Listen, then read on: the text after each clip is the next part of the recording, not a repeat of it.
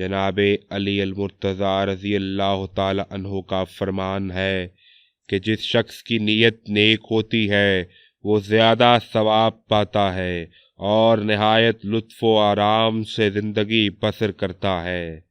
بے شک اچھا مال وہ ہے جس سے لوگوں میں عزت اور اللہ تعالیٰ کے ہاں اجر و ثواب حاصل ہو۔ علم دین پڑھنے اور پڑھانے والے دونوں ثواب میں شریک ہیں، اور جو ان کے سوا ہے ان کے لیے کچھ بہتری نہیں۔ بس نیک نیتی سے ثواب ملتا ہے اور سچے دل سے توبہ کرنے سے گناہ معاف ہو جاتے ہیں، اور جو شخص اپنے مجرم سے انتقام لے لیتا ہے وہ فضیلت دنیا اور ثواب آخرت کو ضائع کر دیتا ہے۔ بس اللہ تعالیٰ کی بارگاہ میں عادل بادشاہ اور لوگوں کے ساتھ نیک سلوک کرنے والے کے برابر کسی کو ثواب اور بدلہ نہیں۔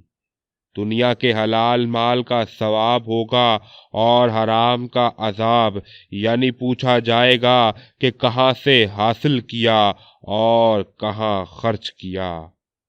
بس جو فرد اللہ تعالیٰ کے عذاب سے بے فکر رہتا ہے وہ بڑی سزا پائے گا، اور جو اس کے حکم کو بجا لاتا ہے وہ اس کی بارگاہ سے بڑا اجر پائے گا۔